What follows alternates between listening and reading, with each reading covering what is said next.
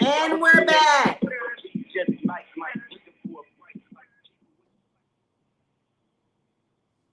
And we're back. We've got Vic still on the line. Mm-hmm. Okay, Vic. And what were your other comments, sir? Oh, no, I'll just make my quick points right quick. Like I was just saying, I was just at the grocery store a couple of days ago. I took $100 with me, had me a little list, still ended up spending $135. And the same stuff I would have got a year or two or some months ago probably would have cost me about $60, no more than $70 for what I got. So that's outrageous. They're killing us. They are killing us. Now, Vic, let me ask you a question. You know, I mean, you're an American. I'm an American. We believe in democracy. We love it. I mean, you know, America is the best country. I love it by far. My concern is, and I think that the other caller, you know, had talked about NATO and you know, our failure to assist Ukraine potentially could have, you know, prevent, you know, will basically, you know, help to slow down. If we didn't help them, then it would have expedited Russia taking over Ukraine. I got that. And I feel for the Ukrainian people. And I feel that Russia is a bully. But my concern is we just came off the pandemic ourselves. And so I am into helping people, but charity starts at home. And if I can't give to my home and my people and they're suffering, then how the hell am I going to help somebody else? What do you see about that?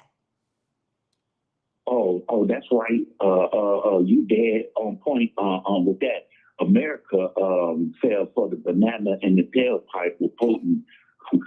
As far as, you know, like all of that, what America is doing now, as opposed to what went down when Trump was in office, when he had the chance to give them the aid that they needed, but Putin was moving more aggressive against Ukraine after taking over Crimea back some years ago and everything, and it was always in Putin's plan, and America should have saw all of this coming. But here we was, but see, what we were doing, we were giving him the benefit of the doubt because he let McDonald's come over there and Burger King. This man was a KGB trained person from the word go.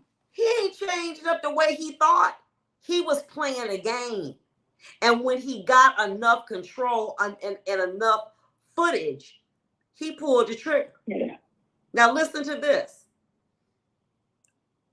The Department of Justice alleges that the documents that were found at Mar-a-Lago dealt with China and Iran.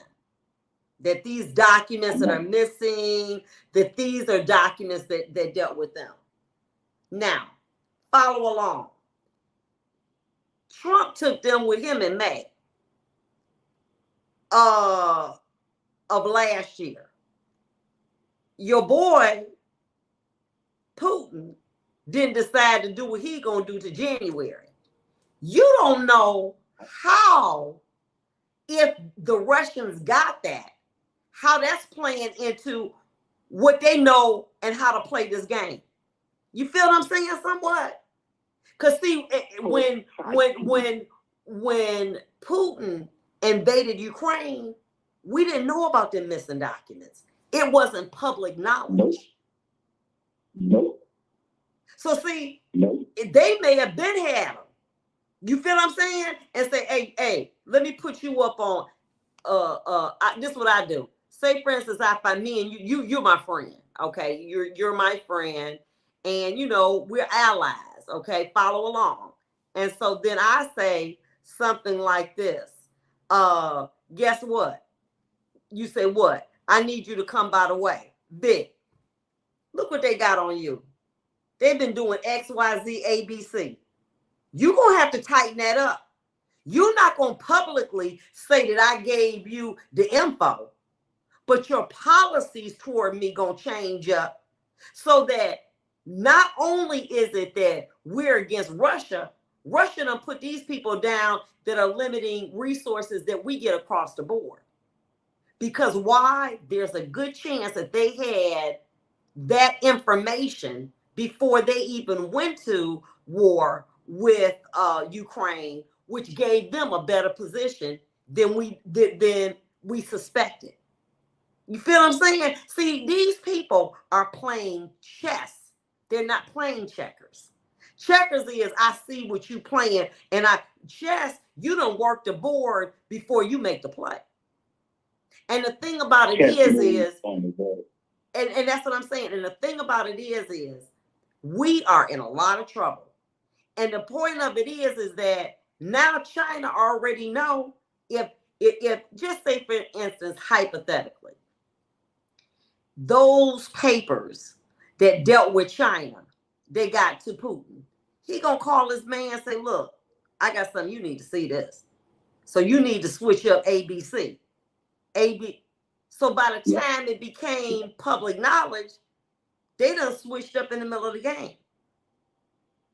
Now China is attacking Japan, where we get half of everything from, not half, 90%. That's putting a further pressure on the United States, because what he did was, he said, I know you ain't got no skin in the game with me in the US, but let me just let you know how they feeling about you. So that's what a bully do. He gonna let everybody else know, oh yeah, by the way, to get other people so that he can stage levels of infiltration or attack. And that's what's going on. And my point was, had we not gone so far into this, we would not put ourselves in a position that we are hurting now, because they're not attacking us, but they're attacking us financially. Yes, they are. Yes, they are. And let me ask this question to you, Vic. Let me ask this question. Traditionally, I know you're a voter. How did you vote? How do you vote? Democrat or Republican?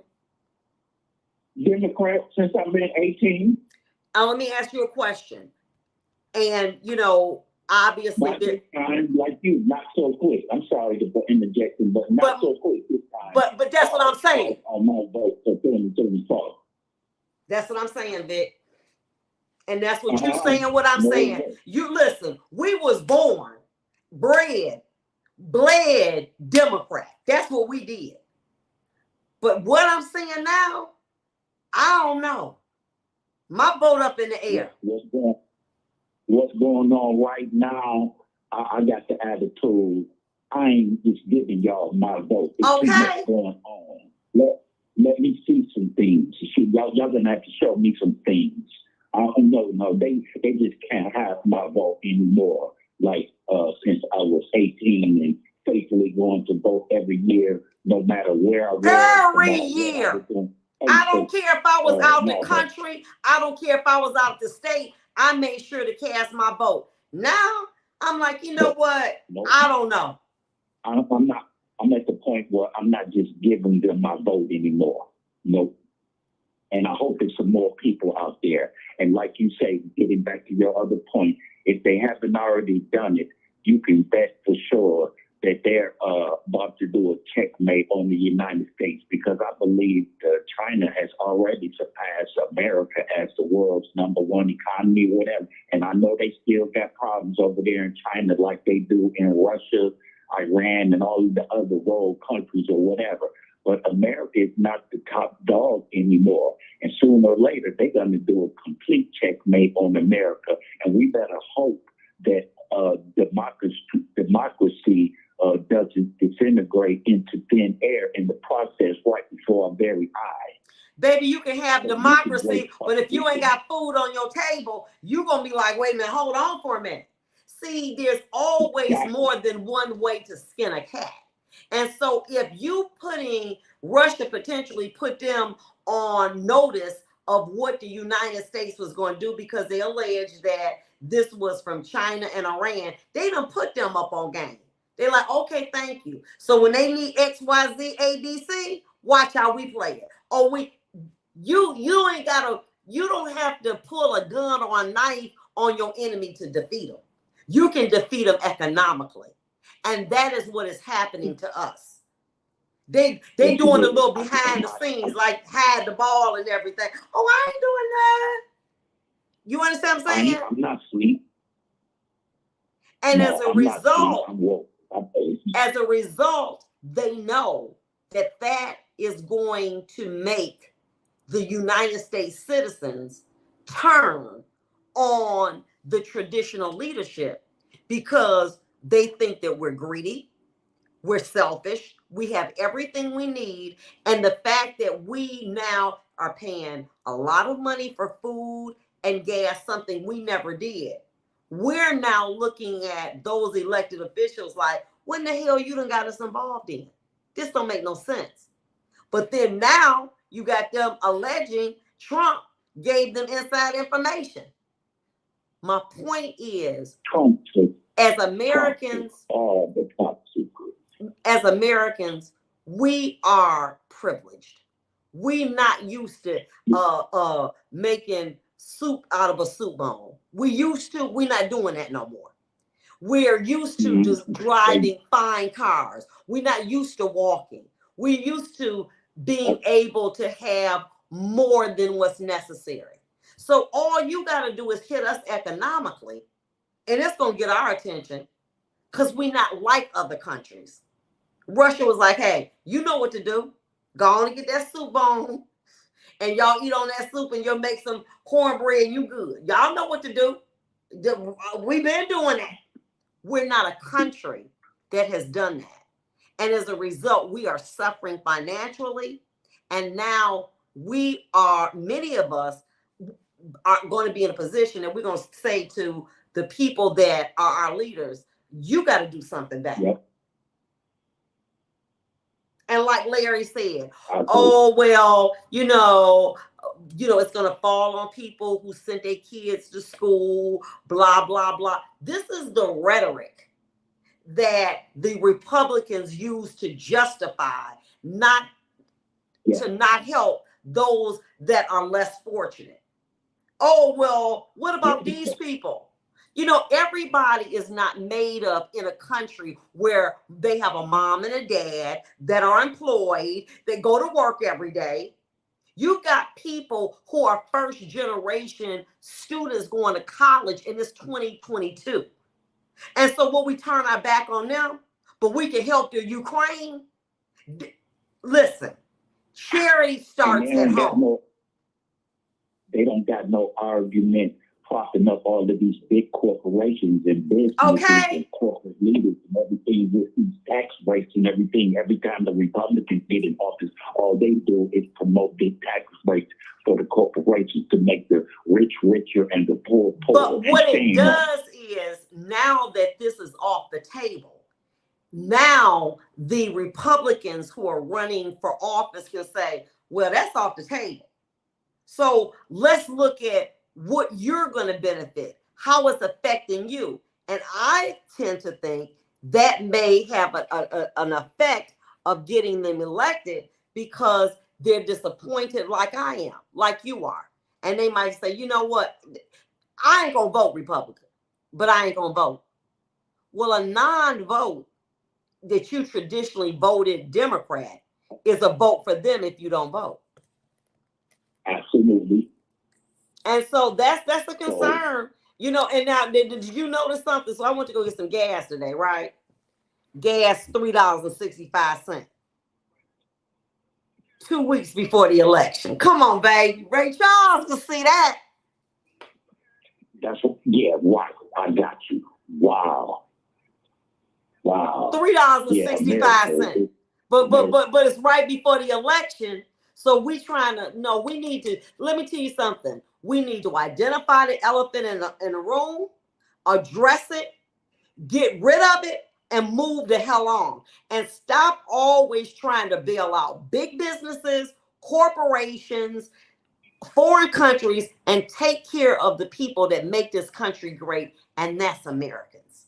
And that's how I'm feeling right about now. We'll be back, and thank you so much for your comment.